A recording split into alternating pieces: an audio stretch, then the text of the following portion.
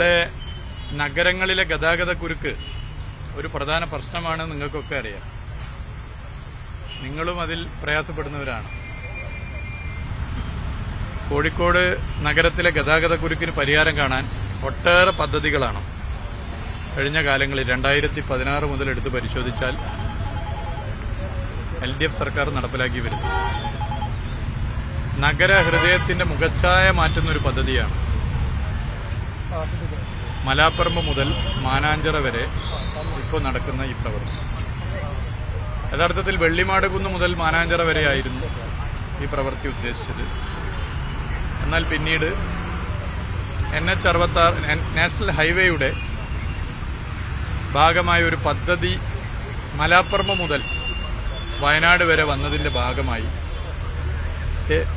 National highway കേന്ദ്ര സർക്കാരിന്റെയും പദ്ധതിയിൽ പെട്ടതുകൊണ്ടാണ് മലാപ്പറമ്പ് മുതൽ മാനാഞ്ചിറ വരെ ഈ പദ്ധതി മാറിയിട്ടുള്ളത് നിങ്ങൾക്കറിയാം. എന്നാൽ മലാപ്പറമ്പ് മുതൽ വെള്ളിമാടുകുന്ന് വരെയും ഇതിന്റെ ഭാഗമായി പ്രവൃത്തി നടത്താൻ അനുവദിക്കണമെന്നുള്ള അഭ്യർത്ഥന തുടർച്ചയായി നടത്തിയിട്ടുണ്ട്. നിതിൻ ഗഡ്കരിജിയുമായി നേരിട്ട് സംസാരിച്ചിട്ടുണ്ട്, അല്ലാതെ നടത്തിയിട്ടുണ്ട്. അതിന് അനുമതി കിട്ടും എന്ന് ഉറച്ചു വിശ്വസിക്കുകയാണ്. അധികം വൈകാതെ തന്നെ കിട്ടുമെന്നാണ് പ്രതീക്ഷിക്കുന്നത്. ഈ റോഡ് എടുത്ത് പരിശോധിച്ചാൽ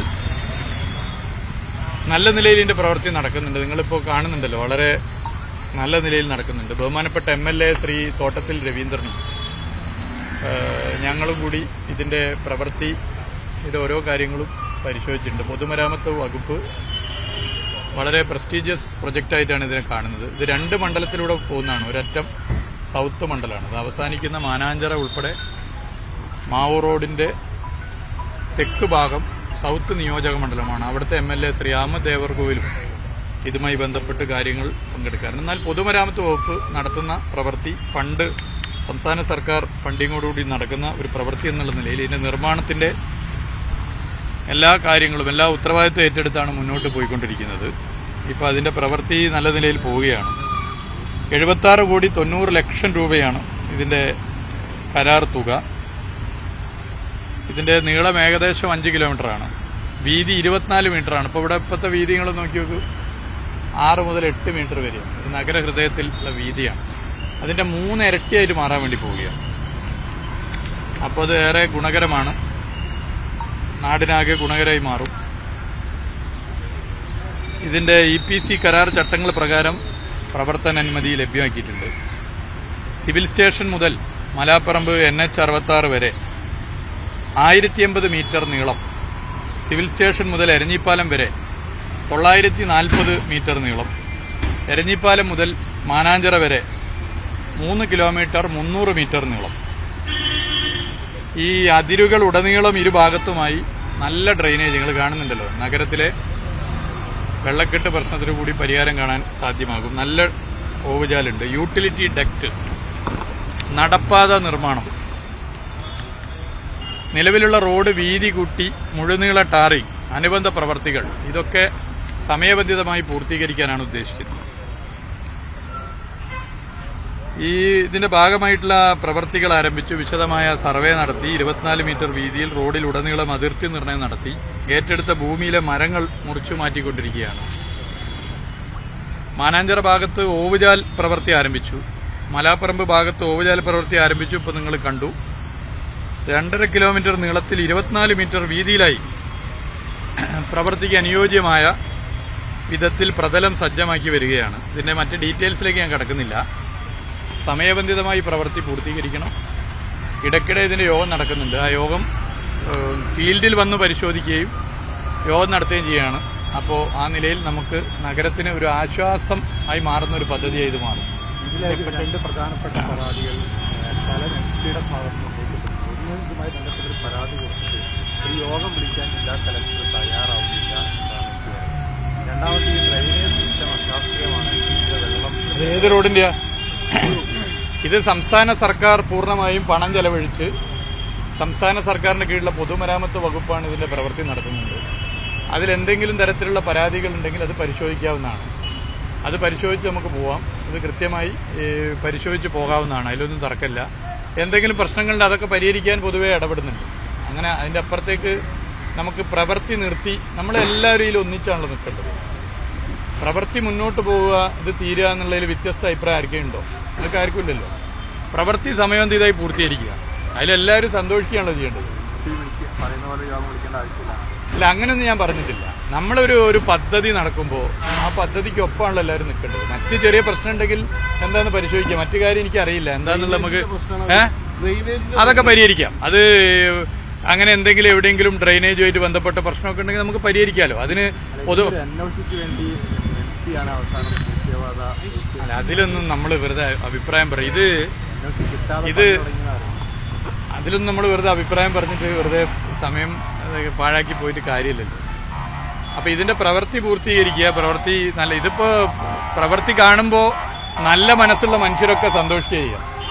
ഈ റോഡിലൂടെ കാറിൽ യാത്ര ചെയ്യുന്നവരും ബസ്സിൽ യാത്ര ചെയ്യുന്നവരും വാഹനത്ത് പോകുന്നവരും ഇതിന്റെ പ്രവൃത്തി ഇങ്ങനെ യുദ്ധകാല അടിസ്ഥാനത്തിൽ നടക്കുന്ന കാണുമ്പോൾ ദുഃഖിക്കുകയാണോ സന്തോഷിക്കുകയാണോ ചെയ്യുക? നിങ്ങൾ പറയും. സന്തോഷിക്കുകയല്ലേ? സന്തോഷിക്കുകയാണ് ചെയ്യുക. ഇപ്പൊ എല്ലാവരും സന്തോഷിക്കുക, എല്ലാവരും സന്തോഷിക്കട്ടെ. ആർക്കെങ്കിലും സന്തോഷത്തിന് കുറവുണ്ടെങ്കിൽ അതിന്റെ കാരണം എന്താണെന്ന് ജനം തിരിച്ചറിഞ്ഞത്. അല്ല, രാഷ്ട്രീയത്തിൽ വെക്കരുതല്ലോ. നല്ല നിലയിൽ ജനങ്ങളുടെ എന്തെങ്കിലും പ്രയാസമുണ്ടെങ്കിൽ അതൊരു പൗരന് പറയാം, ഒരു ജനപ്രതിനിധിക്ക് പറയാം, ആർക്കും പറയാം. അത് പോസിറ്റീവായിട്ട് എടുക്കുന്ന സർക്കാരാണത്. എന്നാൽ LDF സർക്കാരിന്റെ ഭരണകാലത്ത് ഒരു വികസന പ്രവർത്തനം നടക്കുമ്പോൾ ഇന്നപ്പോൾ നടക്കണ്ട, ഈ ഭരണകാലത്ത് നടക്കണ്ട, ഇപ്പോൾ തദ്ദേശ തെരഞ്ഞെടുപ്പാണ് വരാൻ പോകുന്നത്, നിയമസഭാ തെരഞ്ഞെടുപ്പ് അത് കഴിഞ്ഞാൽ വരും, അതിനു മുമ്പ് ഇത് തീരണ്ട എന്നൊക്കെ രാഷ്ട്രീയമായി ഏതെങ്കിലും പ്രസ്ഥാനങ്ങൾ ചിന്തിച്ചാൽ അത് ജനം മറുപടി പറഞ്ഞോളൂ. അവർ മനസ്സിലാക്കേണ്ടത് ഈ പ്രവൃത്തി നടന്നാലും ഇല്ലെങ്കിലും തെരഞ്ഞെടുപ്പിൽ LDFന് നല്ല വിജയം ഉണ്ടാവും. പിന്നെ വെറുതെ നമ്മൾ ബുദ്ധിമുട്ടി വെറുതെ പറഞ്ഞിട്ട് കാര്യമില്ലല്ലോ. ഈ കേരള സ്റ്റോറി സിനിമയ്ക്ക് അവാർഡ് നൽകിയതുമായി ബന്ധപ്പെട്ടുകൊണ്ട് നമ്മൾ വിമർശനങ്ങൾ ഉയരുന്നുണ്ട്. പക്ഷെ അതിന്റെ സംവിധായകനൊക്കെ പറയുന്ന മന്ത്രിമാരടക്കം ഈ സിനിമ കാണാതെ അങ്ങ് വിമർശിക്കുകയാണ് വെറുതെ. കണ്ടവര് തന്നെ അതിനെക്കുറിച്ച് നല്ല അഭിപ്രായം പറഞ്ഞിട്ടുണ്ട്. സ്ക്രീന് കുത്തിപ്പൊട്ടിക്കാൻ തോന്നുന്നു എന്നുള്ളതാണ് കേരളത്തെ സ്നേഹിക്കുന്ന മനുഷ്യരാകെ പറഞ്ഞിട്ടുള്ളത്. അത്ര വൃത്തികേടാണ്. കേരളത്തെ അപമാനിക്കുന്നൊരു ചിത്രമാണ്. കേരളത്തെ അപമാനിച്ചതിന് സംഘപരിവാർ നൽകിയ കൂലിയാണ് ആ അവാർഡ്, ഒരു സംശയം വേണ്ട. ഇപ്പൊ സിനിമയിലൂടെ കേരള സ്റ്റോറി നടപ്പിലാക്കാൻ ശ്രമിക്കുന്നു. ചിലർ ഉന്നത വിദ്യാഭ്യാസ മേഖലയിലെ പാഠപുസ്തകത്തിലൂടെ കേരള സ്റ്റോറി പഠിപ്പിക്കാനുള്ള വലിയ ശ്രമത്തിലാണ് ചിലർ നടത്തിക്കൊണ്ടിരിക്കുന്നത്. അജാതി കഥകളും അജാതി സിലബസും സർവകലാശാലകളിൽ കുത്തിവെച്ച് കേരള സ്റ്റോറി മോഡൽ നടപ്പിലാക്കാനുള്ള ശ്രമത്തിലാണ് ചില ഉത്തരവാദിത്തപ്പെട്ട സ്ഥാനത്തിരിക്കുന്നത്. ഈ സംഘപരിവാർ അജണ്ട നടപ്പിലാക്കുന്നവർക്ക് അവാർഡ് കൊടുക്കുന്നു. ഇത് പറഞ്ഞല്ലോ, കേരളത്തെ ആകെ മോശമാക്കുന്നു. മലയാളി, ഈ കേരളത്തിലെ മഹാഭൂരിപക്ഷം വരുന്നവരും ഇതിനെ എതിർത്തവരാ. അങ്ങനെയുള്ള ഒരു സിനിമക്ക് ഒരു അവാർഡ് കൊടുക്കുക എന്ന് പറഞ്ഞാൽ കേരളത്തിന്റെ മതനിരപേക്ഷതയെ ഇല്ലാതാക്കാൻ ശ്രമം നടത്തിയതിന്റെ കൂലി നൽകിയതാണ്, ഒരു സംശയമില്ല. അത് ഇനിയും അതുപോലെ സിനിമകൾ വന്നാൽ ഇനിയും ഇതുപോലെ അവാർഡ് തരാം. അതുകൊണ്ട് നിങ്ങൾ ധൈര്യത്തിൽ കേരളത്തിന്റെ മതസഹോദര്യത്തെ മോശമാക്കിയേക്ക്, കേരളത്തെ തകർത്തേക്ക് എന്ന് പറയുന്നതിന്റെ ഭാഗമായിട്ടാണ് അവാർഡ്. അതൊക്കെ ജനങ്ങൾ മനസ്സിലാക്കുന്നുണ്ട്. വകുപ്പുകളെ വിമർശിക്കുന്നവർക്കെതിരെ പ്രതികാര നടപടി സ്വീകരിക്കുക എന്നാണ് സർക്കാർ നയം. ഡോക്ടർ ഹാരിസിന്റെ മെഡിക്കൽ കോളേജ് ഉദാഹരണം വെച്ചാണ്. അല്ല, അത് ആരോഗ്യമന്ത്രി പറഞ്ഞല്ലോ, വേറെ വകുപ്പായിട്ട് ബന്ധപ്പെട്ടത്. ഈ സംസ്ഥാനത്തെ റോഡുകളുടെ ഒരു അവസ്ഥ, അതുമായി ബന്ധപ്പെട്ട കഴിഞ്ഞ കുറച്ച് ദിവസങ്ങളായിട്ട് വലിയ രീതിയിലുള്ള പ്രതിഷേധങ്ങൾ പല ഭാഗങ്ങളിൽ നിന്നും ഉയരുന്നില്ല. മാധ്യമങ്ങൾ ഇത് തുടർച്ചയായിട്ട് വാർത്തകളും ചെയ്യുന്നുണ്ട്. അപ്പം എന്താണ് ഇനി ആ വിഷയത്തിൽ ഒരു യുദ്ധം? അല്ല, പരമാവധി പ്രശ്നങ്ങൾ ഇല്ലാതാക്കാനുള്ള എല്ലാ ശ്രമവും നടത്തുന്നുണ്ട്. ന്യായമായും ഇത്തരം വിഷയങ്ങൾ വരുമ്പോൾ ശ്രദ്ധയപ്പെടുത്തിയാൽ അതിനനുസരിച്ച് ഇടപെടാം.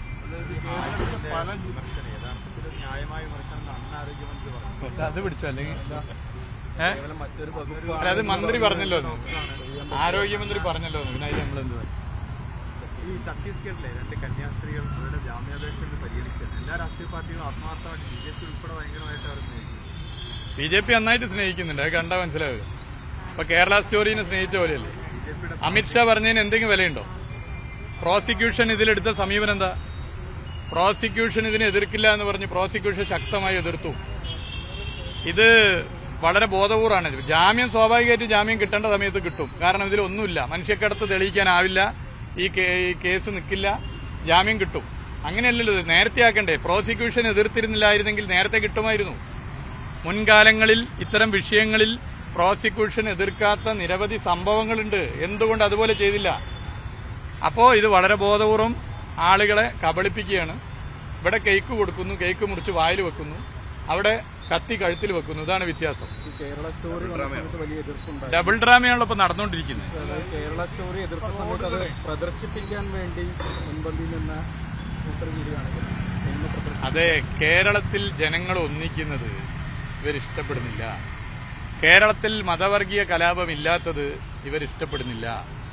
കേരളത്തിൽ എന്ത് വിഷയത്തിലും മതസാമുദായിക ധ്രുവീകരണത്തിനുള്ള ശ്രമം ആരെങ്കിലും നടത്താൻ ശ്രമിച്ചാൽ അതിനെ ചെറുക്കുന്നതിൽ ഇവരിഷ്ടപ്പെടുന്നില്ല. അപ്പൊ അതിനെ തകർക്കണം.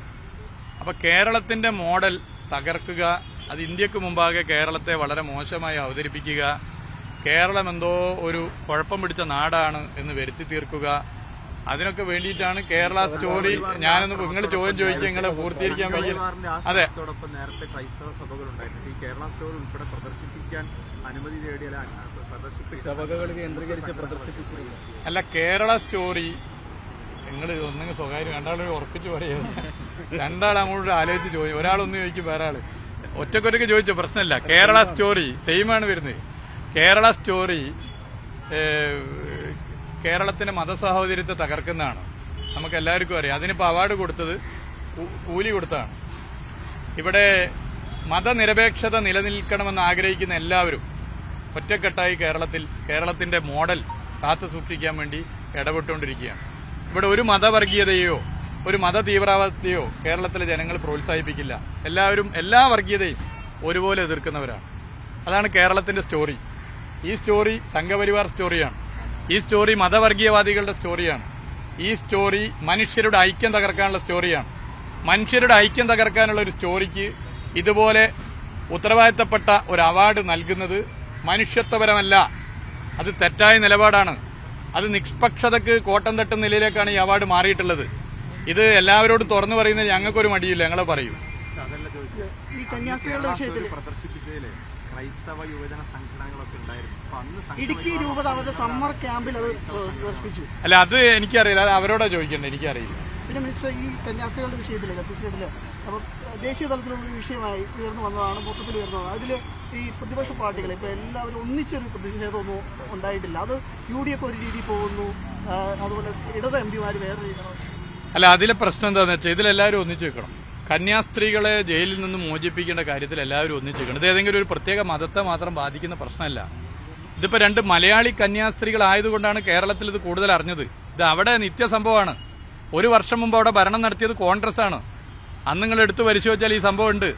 അന്നത്തെ മുഖ്യമന്ത്രി ഇന്നത്തെ പ്രതിപക്ഷ നേതാവാണ്. വായ തുറന്നോ? ഛത്തീസ്ഗഡിലെ കോൺഗ്രസിന് എന്താ മിണ്ടാത്തത്? കേരളത്തിലെ കോൺഗ്രസിനൊരു നിലപാട്, ഛത്തീസ്ഗഡിലെ കോൺഗ്രസിന് വേറൊരു നിലപാട്. അതുകൊണ്ട് കേരളത്തിൽ സ്ഥിരമായി വന്ന് ഇതിൽ ക്യാമ്പയിന് നേതൃത്വം കൊടുക്കുന്ന ദേശീയ നേതാക്കന്മാർ ഛത്തീസ്ഗഡിലെ കോൺഗ്രസിനെ കൂടി ഒന്ന് ഉപദേശിക്കാൻ തയ്യാറാവണം. ആരെ ഈ നിയമം ഉണ്ടാക്കിയത്? ഛത്തീസ്ഗഡ് നേരത്തെ മധ്യപ്രദേശ് സംസ്ഥാനത്തിന്റെ ഭാഗമായിരുന്നു. അന്ന് വന്ന നിയമമാണ്. അതിനുശേഷം എത്രയോ കോൺഗ്രസ് സർക്കാരുകൾ അവിടെ ഭരിച്ചു. ഞങ്ങളെ സർക്കാർ അവിടെ ഉണ്ടായിട്ടില്ല. എത്രയോ കോൺഗ്രസ് സർക്കാരുകൾ ഭരിച്ചു. നിയമം മാറ്റിയോ? നിയമം മാറ്റിയില്ല. ഇക്കഴിഞ്ഞ 1 വർഷം മുമ്പുള്ള സർക്കാർ കോൺഗ്രസ് സർക്കാരാണ്. അന്നും ഇതുപോലെ കന്യാസ്ത്രീകൾ ആക്രമിക്കപ്പെട്ടില്ലേ? അന്നത്തെ മുഖ്യമന്ത്രി ഇന്നത്തെ പ്രതിപക്ഷ നേതാവ് മിണ്ടിയോ?